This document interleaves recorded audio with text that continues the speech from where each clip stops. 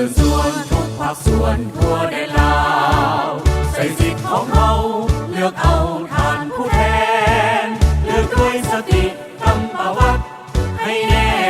นคนหาผู้แทนแข่งเกณฑ์สลับปีศาจผ่านนักงานทหารปวงชนทุกเผ่าห่วงแห่งกันเข้าเลือกเอาผู้ที่เก่งกล้ามีวิสัยทัศน์ทักษะทักพวงประสาเป็นตัวแทนต่างหน้าของประชาชนลาว22 กุมภาพันธ์2026ใส่สิทธิ์ของตนให้เกิดเป็นผลทุกคนอย่าได้ถือเบาคนดีคนเก่งเสียสละเพื่อบรรดาเผ่าพวกเขาเลือกเอา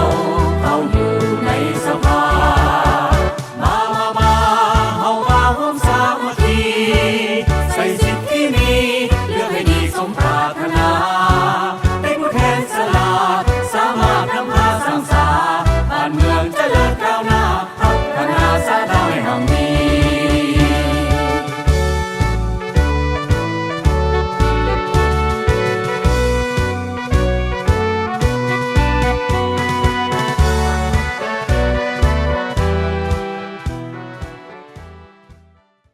ก่อนอื่นก็ขอสบายดี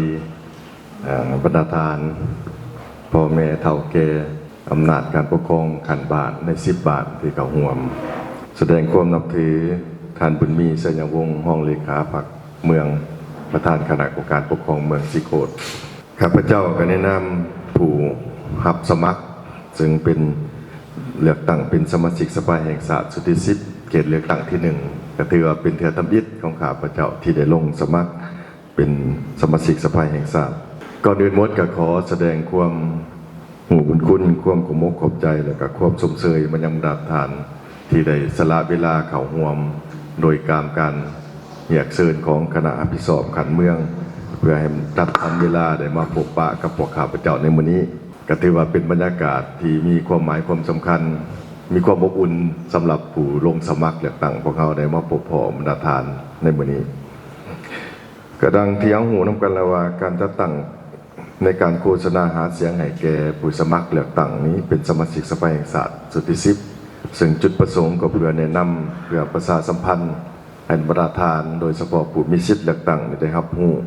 สร้างความเข้าใจอย่างถูกต้องเกี่ยวกับข้อมูลประวัติการเคลื่อนไหวความเป็นจริงของบรรดาผู้รับสมัครทั้งหมดตั้งแต่ละทานอันนี้ก็เป็นเพื่อเป็นข้อมูลในบรรดาทานผู้มีสิทธิ์เลือกตั้งในการพิจารณาในการใส่สิทธิ์ในการปฏิบัติพันธะและหน้าที่ของบรรดาทานเพื่อเลือกเอาตัวแทนของผู้แทนประชาชนผู้แทนของตนเข้าไปปฏิบัติหน้าที่ในสภาแห่งชาติกระยำตื่มมาซีกับอาจสะพังทองสีบันดอนเป็นผู้สมัครนัมเบอร์2เนาะก็ขอให้จือว่านัมเบอร์2และผู้ส่งเขาลงสมัครก็เป็นองค์การปกครองนครหลวงจันทร์พวกเขานี่แหละส่งเขาเพื่อลงรับสมัครคือข้าพเจ้ามีความเห็นว่าเป็นขังตำอิฐที่ได้ลงกับมีความหูซึก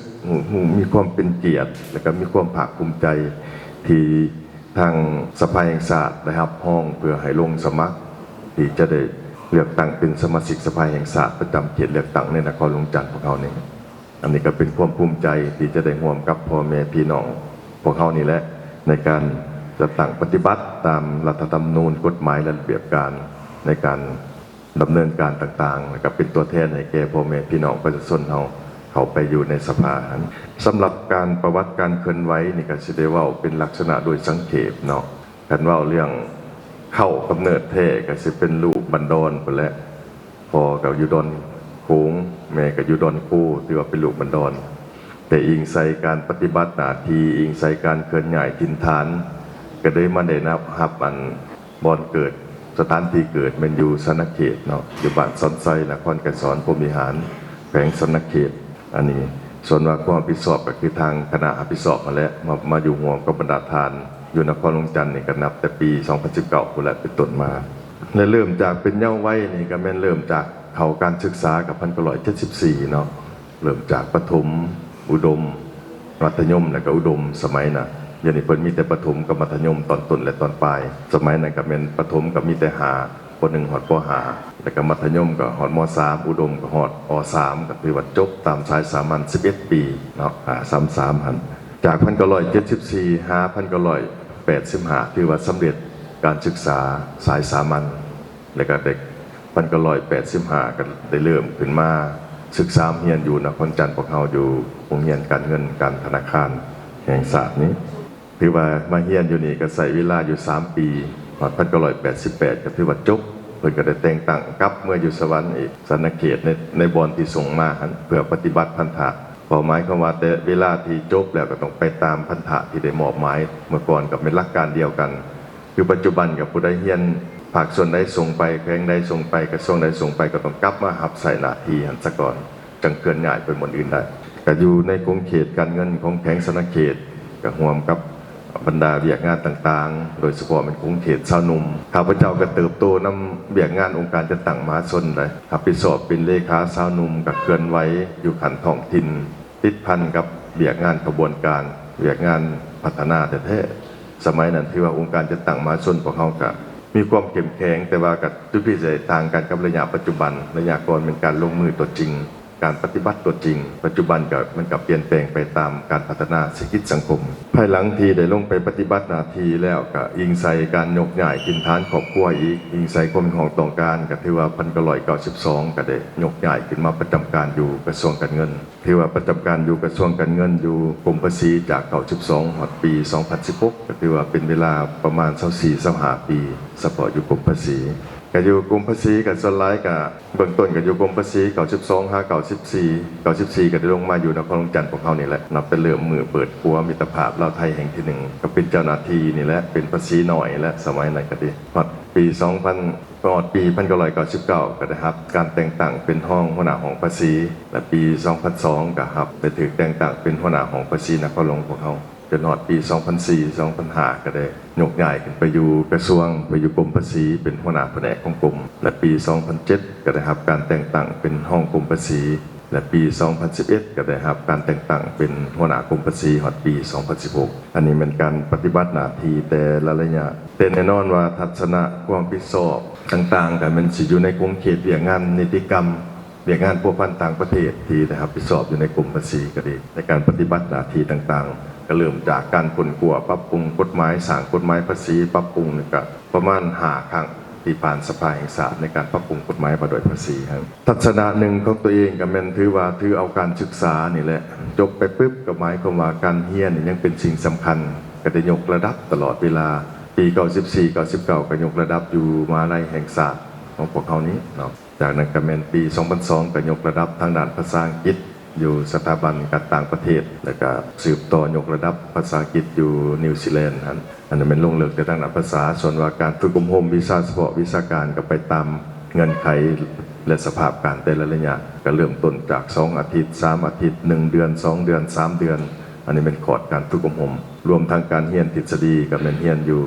สปจีน5เดือนภาษาจีนก็สิได้น้อยนึงในการเรียน5เดือนอันนั้นเป็นเฉพาะการยกระดับพร้อมเดียวกันนั้นก็เป็นการยกระดับทางด้านปริญญาโทก็เป็นการโครงการร่วมมือระหว่างมหาวิทยาลัยแห่งชาติกับมหาวิทยาลัยเศรษฐกิจฮานอยและก็รวมทั้งปริญญาเอกก็เช่นเดียวกันอันนี้ก็แต่ว่าการร่วมมือมันพวกเขาได้เรียนอยู่สปปลาวเฮานี้แต่ว่าบทก็เขียนเป็นภาษาอังกฤษเนาะแต่ว่าการยกระดับเนาะปริญญาเอกอยู่สเวียดนามสิได้ภาษาเวียดนี่ก็บ่แข็งแรงปานใดเนาะพอได้ป้องกันเป็นภาษาอังกฤษเอาอันนั้นฮอดปี2016ก็ได้รับการแต่งตั้งเป็นห้องรัฐมนตรีกระทรวงการเงินก็ถือว่ารับผิดชอบของเขตรายจ่ายเรื่องงานงบประมาณคลังเงินเรื่องงานการบัญชีเรื่องงานสถาบันเศรษฐกิจและการหันเป็นทันสมัยของกระทรวงการเงินในเวลานั้นที่ว่า2016หา2019ก็ปฏิบัติหน้าที่ส่วนหลายก็เพิ่นก็ได้แต่งตั้งเป็นหัวหน้าคณะกรรมการในการสร้างและปรับปรุงกฎหมายต่างๆของกระทรวงการเงินสิเริ่มจากกฎหมายงบประมาณก็ดีกฎหมายว่าด้วยการจัดจ้างโดยทุนของรัฐกฎหมายว่าด้วยการคุ้มครองหนี้สินสาธารณะและปรับปรุงกฎหมายภาษีกฎหมายอากรตามรวมทั้งการหันเป็นทันสมัยของกรมเขตรายหับและกรมเขตรายจ่ายเรื่องของการจัดตั้งมหาชนก็คือข้าพเจ้าว่าเรียกชาวหนุ่มนี่ก็เป็นเลขาชาวหนุ่มของกระทรวงการเงินเป็นคณะบริหารงานศูนย์กลางชาวหนุ่มนี่ก็3สมัยที่5สมัยที่6แล้วก็สมัยที่7เป็นคณะเลขาธิการศูนย์กลางชาวหนุ่มเนาะก็ได้สืบต่อ จนหอดปี 2019 จึงได้หยุดการเคลื่อนไหวอยู่กระทรวงการเงิน ในเวลานั้นเพิ่นหันพนักงานจากศูนย์กลางลงสู่ท้องถิ่นกระทรวงการเงินขันกลุ่มห้องกลุ่มต่างๆลงเก่าฐานเนาะทั่วประเทศก็เป็นผู้โอ้ล่มผู้ลงนั่นแหละเวลานั้นข้าพเจ้าก็ว่าไปตามทิศก็ยังบ่ฮู้ว่าตัวเองก็สิได้ถูกแต่งตั้งลงท้องถิ่นเช่นเดียวกันภายหลังนั้นแต่ว่าในเก่าฐานที่ลงก็ดวนแล้วแต่มีความเติบใหญ่เข้มแข็งเป็นประธานคณะกรรมการปกครองแขวงหลายแขวงภายหลังที่ลงมาถือแต่งตั้งลงมาอยู่นครหลวงก็ได้แต่งตั้งเป็นห้องเจ้าของในปี 2019 หันรับผิดชอบงานเศรษฐกิจก็คือการพัฒนาพื้นฐานโครงสร้างอยู่นครหลวงจันทร์พวกเราและกองประชุมครั้งที่ 7 ขององค์คณะพรรคปี 2020 ก็ได้รับเลือกตั้งเป็นห้องเลขาคณะพรรคและสวยเวียกทั้งเวียกพรรคเวียกปกครองในการสวยเหลือของสวยของสายเลขาหันและกองประชุมใหญ่ครั้งที่ 11 ของศูนย์กลางพรรคก็ได้รับเลือกตั้งเขาเป็นคณะบริหารงานศูนย์กลางพรรคและกองประชุมครั้งปฐมฤกษ์ของสภาประชาชนนครหลวงจันทร์พวกเรากันจือนี่ก็เป็นวันที่ 1 เดือน 4 ปี 2021ได้รับห้องเป็นเจ้าของนครหลวงจันทร์มาฮอดปัจจุบันเนาะและเฉพาะปี 2026 นี้ก็เป็นเวียกใหม่เนาะถือว่าก็ได้รับการแต่งตั้งเป็นเลขาคณะพรรคนครหลวงพวกเราและก็ได้รับเลือกตั้งในกองประชุมใหญ่ผู้แทนตัวประเทศครั้งที่ 2 ของพรรคเลือกตั้งเขาอยู่ในคณะบริหารงานศูนย์กลางพรรคอีก1 สมัยคือสมัยที่ 12 นี้แล้วก็มีการแบ่งงานแบ่งความรับผิดชอบในการปฏิบัติหน้าที่อยู่นครหลวงจันทร์พวกเขานี่แหละพร้อมกันก็เรียกงานกันทางด้านสังคมประธานคณะกรรมการรักษาความสงบเรียบร้อยตามแนวชายแดนลาวไทยเวียงจันทร์หนองคายนี้ก็คือคณะพิสอบเรียกงานป้องกันศาสตร์ป้องกันความสงบของนครหลวงจันทร์พวกเราเรียกงานสังคมก็สิเป็นประธานสมาคมมิตรภาพลาวสปปเกาหลีและก็ห้องประธานโอลิมปิกแห่งชาติลาวอันนี้ก็เป็นประวัติเคลื่อนไหวโดยหย่อที่ได้เสนอต่อบรรดาทานถ้าว่าข้าพเจ้าหากได้รับการสนับสนุนให้ความไว้วางใจจากบรรดาทานเพื่อรับเอาเลือกตั้งเอาเขาเป็นสมาชิกสภาแห่งชาติสุทธิสิทธิ์ข้าพเจ้าก็ยังยืนว่าจะสืบต่อกับบรรดาทานเพื่อห่วมแห้งห่วมใจกันในการปฏิบัติโดยเฉพาะปฏิบัติ3พระบทบาทของสภาแห่งชาติพระบทบาททางด้านนิติกรรมพระบทบาทในการขนขวหับห้องบรรดาเวียกงานสำคัญต่างๆและก็พระบทบาทในการติดตามกฎกาก็จะเห็นทุกความสามารถร่วมกับหมู่คณะร่วมกับพ่อแม่พี่น้องประชาชนเราพัฒนานครหลวงจันทร์พวกเขานี่แหละให้ไปตามทิศทางที่วางไว้ขอบใจขอเชิญชวนทุกภาคส่วนทั่วแดนลาวใส่สิทธิ์ของเขาเลือกเอาทาน